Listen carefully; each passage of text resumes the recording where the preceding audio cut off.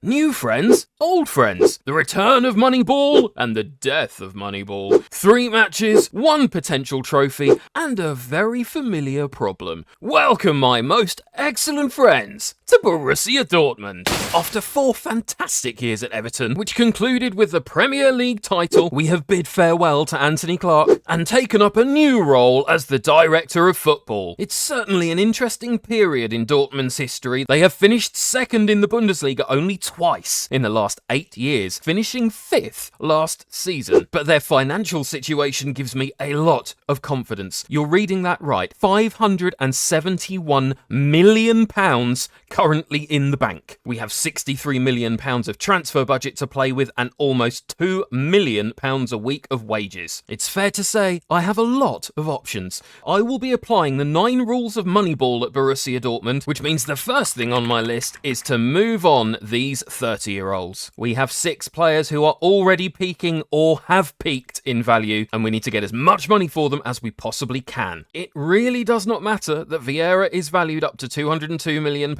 He is going on the transfer list. Full details of all 9 rules in the description below. But beyond the playing squad, I need to make the most important decision for any director of football.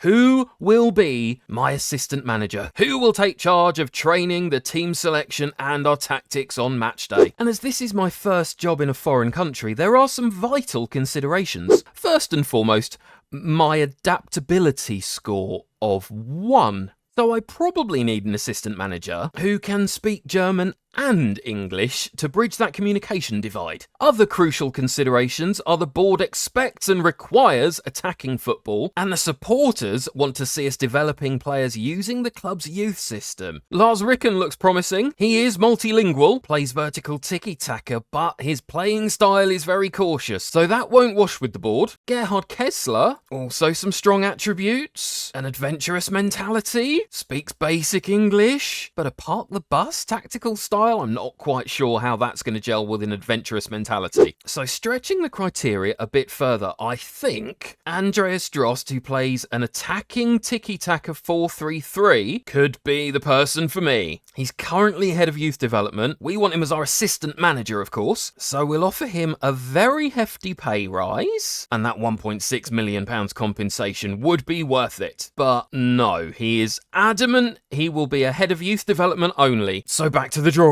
board.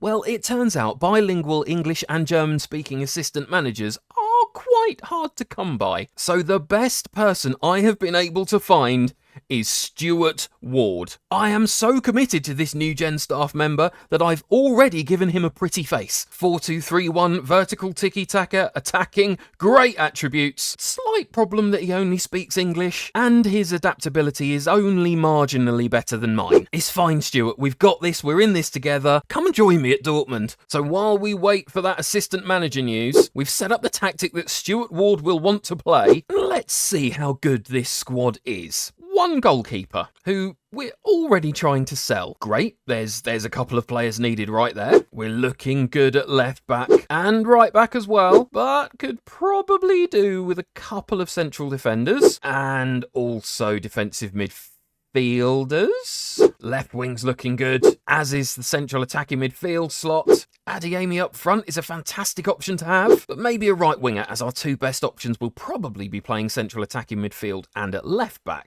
8 players needed. Okay, let's get scouting. And while we're at it, our current assistant manager is recommending we send some of our new players on intensive language courses. Any chance I can go on one? And the transfer business starts immediately. I hadn't even been in the job for 2 hours before we received a £40 million offer from Juve for Vieira. Far below his apparent market value, of course, but he is on £175,000 a week. He is 30 years old. He is going to depreciate in value. Moneyball stipulates we cash in now. But my beloved Everton have abandoned all Moneyball principles and all good financial sense that I taught them over the last 4 years. They've bid £26 million for our 32-year-old goalkeeper. Anthony, stop them! And you know what? Luis Enrique's favourite for my old job. I've definitely gone up in the world. My third day in the job, and we are now scouting far and wide, all across Europe and South America. But the team is at capacity. We need more scouts. So while we wait for more recommendations to roll in, I'm looking at players I already know. Adrian Orteza has gone straight on my shortlist. He wants to explore options at the end of his current contract with my previous club, Everton, and he's just come off the back of his best ever season. 38 million is a lot though, so we'll keep an eye on this and see if we can drive the price down towards the end of the transfer window. My eye is also drawn to Asp Jensen. He's currently transfer listed, which generally means he's going to be a bit undervalued, and he can play in two of the positions I'm looking to fill, both right wing and defensive midfield. I would prefer not to pay 20 million up front though, so we'll go for 5 million now, another 13 in instalments, and 4.5 if he manages to reach 50 league appearances for us. Perfect! That is accepted, and that would be quite the profit for Bayern Munich, as they just bought him back from Hamburg for £2.9 million. Looks like they're moneyballing too. So tomorrow we have my first match as director of football at Borussia Dortmund. Not had much time to prepare, I've only been here for 3 days, and we are playing Leverkusen in the German Super Cup. Leverkusen, who are the champions of Germany, and won the league quite comfortably from Bayern last year. We of course won the cup last year, which is why we're playing in this particular match, but we are not favourites, and we still don't have my preferred assistant manager in yet. So Sebastian Gebhardt will be taking charge of the team on the field of play. Gebhardt wants a win, so at least he's feeling confident. And Bayern Munich now want Fabio Vieira. They are looking to take him on loan, which is not something I'm willing to entertain. If he's going anywhere, we're selling him. £48.5 million perhaps? Yep, that'll do nicely. But Stuart Ward might be arriving in time to take charge. He's cutting it fine, but he is in. Fantastic news. Let's send him on that language course, ask him to recommend some signings, and terminate the contract of Sebastian Gebhardt. It was a pleasure knowing you briefly, Sebastian. No offence, it's just that Stuart Ward looks a lot better.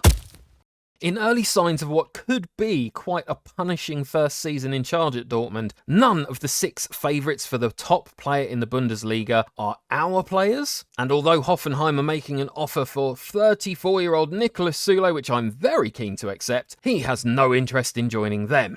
Let's accept it anyway and see if we can get that massive wage off our books. And it is game day, just 4 days after I joined Borussia Dortmund, and a ridiculous 19 hours since Stuart Ward took up his role as assistant manager. It's the German Super Cup. What can you do, Stu? Let's find out. It's a remarkable winning start for Stuart Ward, a 3-2 victory in the German Super Cup. Stuart Ward's Borussia Dortmund, 1 match played and 1 trophy in the bag already. This match was absolutely the Paul Warner show, an absolute creative tour de force. He capitalised on a defensive error for our first goal, and scored the second after some absolutely beautiful interplay, the likes of which we never saw with Anthony Clark's Everton. Unfortunately, we let Leverkusen back into the game with a fairly simple chance conceded, and were carved open far too easily with a ball over the top for their second goal.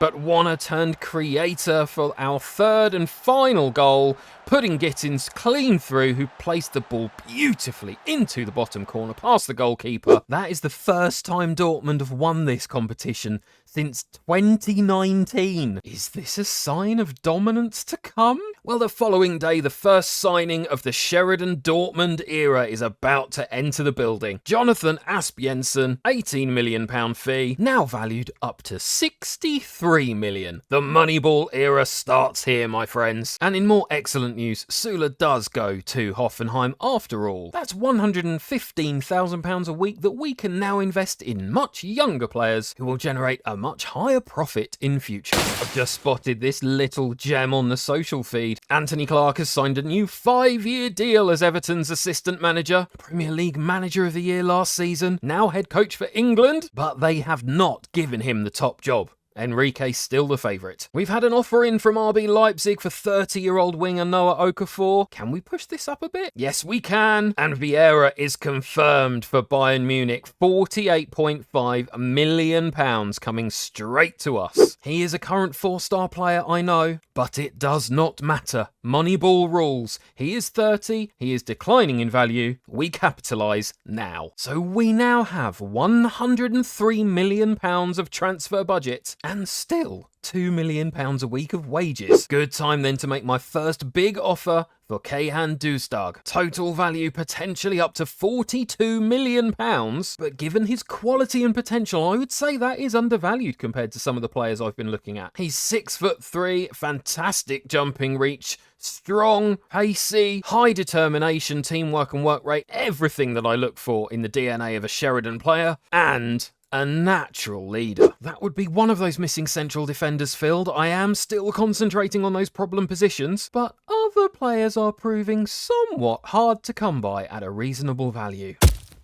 And here we have another major departure. Shortly after Vieira left the building, Gregor Kobel is also on the way out, with Everton taking the Moneyball principles I so wonderfully applied for 4 years, throwing them on the ground, spitting on them, stamping on them, and then giving me £26 million for a 32-year-old goalkeeper for good measure.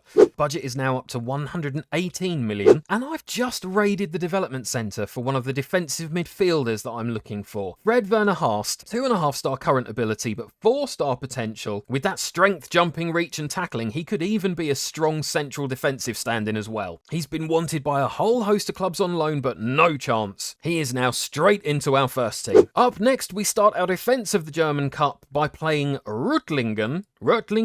I'm not great with my German pronunciation, I must be honest. Either way, they're in the 4th tier of German football, so this shouldn't be too challenging, I hope. And here is a blast from the past. Leo Wetzels, who I sold to Atletico Madrid for £26.5 million when I was in charge at Everton, is now with Dortmund and is wanted by RB Leipzig. If I remember rightly, he was my first wonder kid of the save all those years ago, but never quite developed into the player I hoped he would become. So if I can make a profit on him, I will happily let him go for £15 million. Duzdag is in. This is business I'm absolutely delighted by. Even the fans think he could be a great signing if he can command the defence. They recognise his leadership potential as well. And of course, if I'm pronouncing Duzdag completely wrong, please do feel free to correct my pronunciation. I could clearly do with the help. Signed for £36.5 million, now valued up to 93. The Moneyball overhaul continues.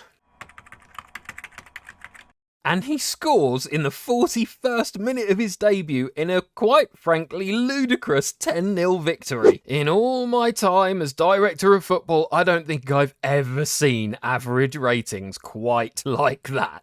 5 goals for Adeyemi and a hat-trick for Warner in this match. A quite frankly ludicrous showing. Just a beautiful first goal from Warner there. The second for Adeyemi from a ball over the top. A beautiful dinked finish. Haast playing the through ball to Warner, who floated the ball across for Adeyemi to dink in at the near post. Arda taking the corner and setting up Duzdag for our 4th. Rafael Luis playing a beautiful dink through ball to Adeyemi. A simple cross from Okafor, which Warner hammered into the back of the net. Okafor then switched the play beautifully, floating a lofted pass all the way across to Arda, who found Warner in space, who just pivoted, swiveled and thundered the ball into the bottom of the corner. Adeyemi making no mistake once he was put through by Arda. Keeper dived the correct way but could not stop Adeyemi's penalty, and then Haast put the icing on the cake, celebrating his promotion to the first team with a headed goal from a Bino Gittins corner. The only slight concern? Finn Peterson started in goal. One to work on, I think.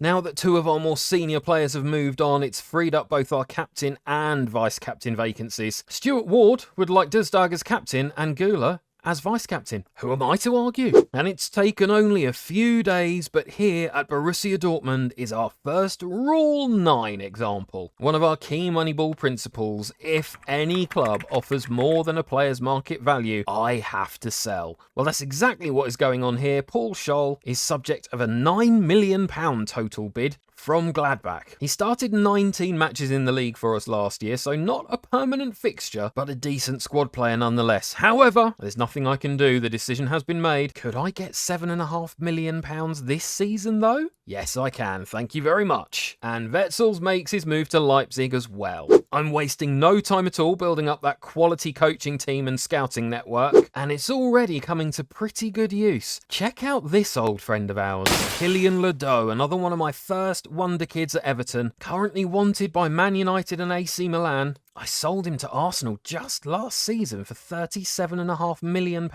He would be fantastic for that defensive midfield spot I need to fill. A natural deep-lying playmaker. And I've had an offer accepted. £30 million up front, which is significant. 11.251 instalments and then another 8 3/4 after 50 matches played. Trust me though, my friends, I know this guy is worth it. And 2 days before my first league game, Okafor is on the way out. Another one of the old guard, on his way to Leipzig, potentially for up to £35 million. Adeyemi is concerned by this. I'm not surprised. He is seeing some of his favourite people in the dressing room flying out of the door at the moment, but the fact that I'm just willing to talk about it clearly sets his mind at ease. We are favourites for the league opener against Freiburg, who are also with a new manager. Their new boss has been in charge for just 7 weeks. Well, I can raise you that, Freiburg. Our head coach has been in charge less than 7 days. And as we prepare for that kickoff, here, my friends, is a true glorious Moneyball signing. Alex Keats from Plymouth Argyle. He's been the subject of bids from Arsenal, Liverpool and Manchester City. We are picking him up for just £3.7 million.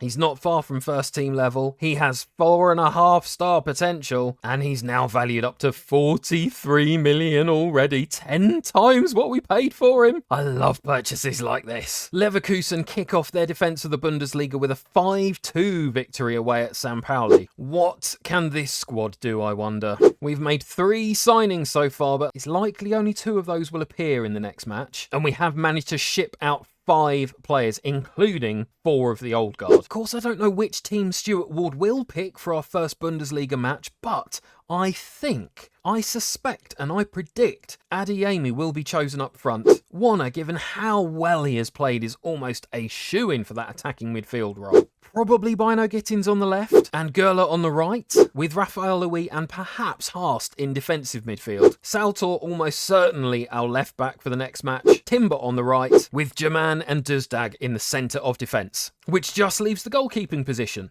which is a problem. Peterson and Fishback are the best 2 goalkeepers.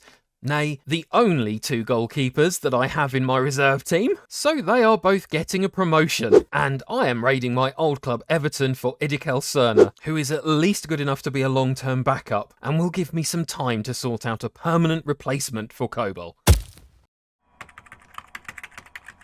It's Stuart Ward's first league match as a first-team manager, the board and supporters both expecting a win, and it is an absolutely staggering 5-0 victory. Asp Jensen, the only player on our team to score under a 7, and alongside Larinaga coming in up front, one of only 2 incorrect predictions to my starting lineup. We absolutely dominated the ball with 65% possession, creating over 20 shots and 11 on target. That goal from Adeyemi, just the start. The vast majority of our chances were created down the flanks, so Stuart Ward definitely prioritising some wing play creation. The third goal being an absolutely beautiful, beautiful effort from the edge of the box from Bino Gittins. Moukoko took one of the strongest penalties I've seen in many a year, and then some deft interplay on the edge of the box freed Bino Gittins, and the ball eventually came to Moukoko, who managed to poke the ball home for our 5th. Peterson kept a clean sheet on his debut as well. Luck? Skill? Probably luck. So after just 3 matches as manager, Stuart Ward has won the German Super Cup, gone top of the Bundesliga, and easily progressed to the next round of the cup, which the board are expecting us to go a long way in this year, having won the competition last season. It's a bit of a shame then that we've just been drawn away from home at the Bundesliga champions in the 2nd round. I really need to hurry up and find me a decent goalkeeper.